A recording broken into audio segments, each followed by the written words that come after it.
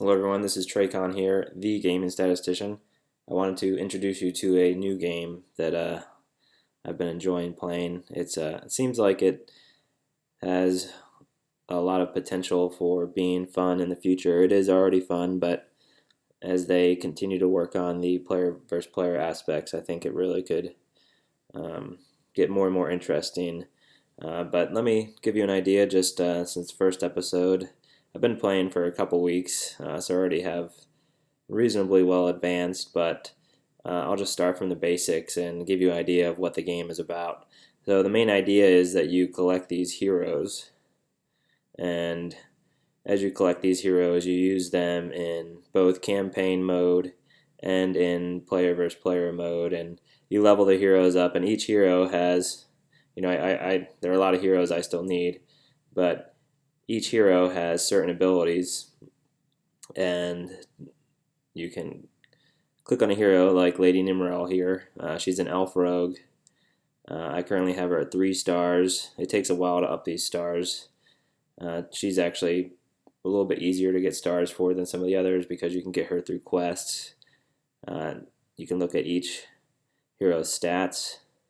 You can tell here that she is a fire, so she element doesn't do well against water, but does really well against nature. She has these different traits. Take less damage from non-physical attacks. Boosted damage versus tanks. As well as 25% resistance to poison, burn, shock, and disease.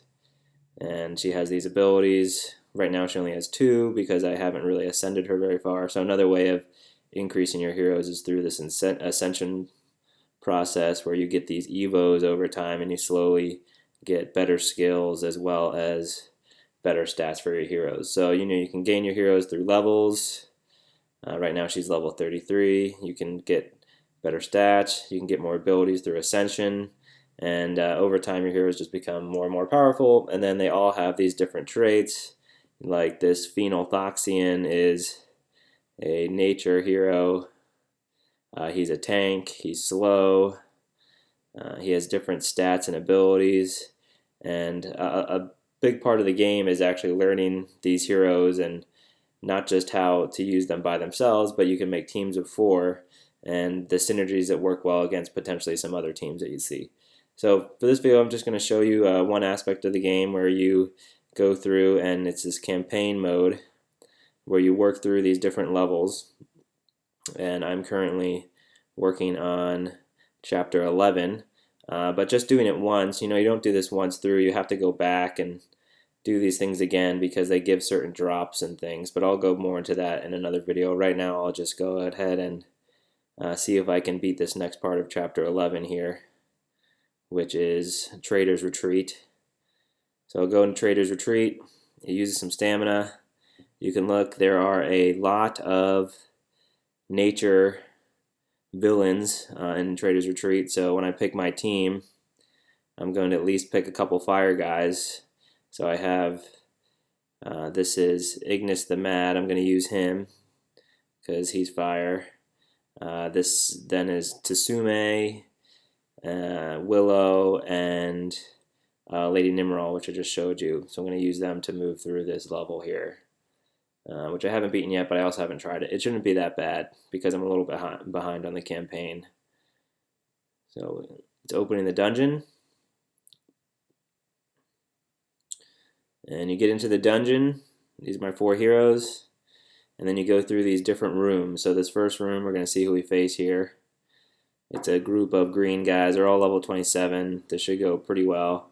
So you can use these special abilities here. So like Willow, this is one of her special attacks, Sniper Shot.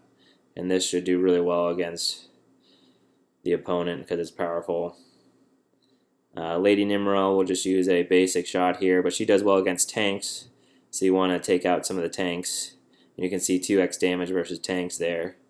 This guy Tsume, I haven't gone over any of his powers, but he, as he gets hurt, he actually does more and more damage. So he hasn't been hurt yet, so he doesn't do a ton of damage. And then Ignis the Mad does just really well. He's fire against nature, so he does a lot of damage, and then he has this spell that does fire damage over time. And then they get their attacks in. They taunt. So now that's the only guy I can actually hit, but he's the only one still alive, so it really doesn't matter. And Lady Nimrel should be able to take her out pretty easily. A little bit of sliver left, and then use Tsume to finish him off. Let me move on to the next level here, or next room, I guess. See, we're going to face in here, and we can just move through these battles pretty easily.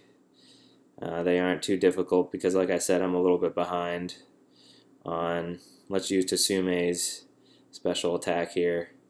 And special attacks, they all have different cooldowns, so I won't be able to use this every time. You can see now I'll have to wait 7 more turns for Tsume to be able to use his attack. I'm still waiting 5 turns to be able to use Ignis the Mad special attack. One thing that we do want to do is move through this dungeon is, preferably we'd like to eventually 3-star it. So it's good if you can 3-star it in just one try. And right now, a lot of my heroes have a lot of health left, so that's good. It looks like it won't be much of an issue. So let's go ahead and try to get this guy in one shot. We use Evasive Shot for Willow, and that should take him out. Yep. And then we can go ahead and try to take out one of the tanks in one shot. Use Get Over Here, one of Lady Nimrel's special abilities, and that should get that guy out in one shot. And then hopefully between the two of these guys, we can take out this last tank. We stayed alive, but didn't do a lot of damage. And then now we're going to move on to the boss room. And there's a different number of rooms depending on which level you're doing. This one has 4 rooms that includes the boss, and the boss tends to be significantly harder than the other rooms. But he's still only level 27. He's also nature, so it shouldn't be too much of an issue with my characters are level 33, so I need to move through the campaign a little bit more, but hopefully we can do this. That didn't go very well. So far I haven't done any damage, but there we go. Take one of them out. Use Tsume's special attack here. Take him out. Ignis will do a lot of damage if he actually hits and doesn't miss because he's fire versus nature. So this guy seems to have some special ability where he's pretty hard to hit, so it might take a decent while to get through him. We'll go ahead and get him burning as well, so every turn he'll start taking some more damage because Ignis's special ability was up. And then we'll use Evasive Shot for Willow. Looks like all of my heroes are going to survive, and we get 3 stars.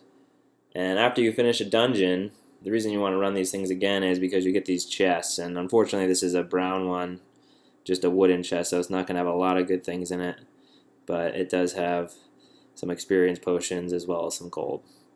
And that's the basic idea of the game. The first time you beat a level you do get diamonds, which is also nice, but I will be making some more episodes and trying to go through and talk about different aspects of the game.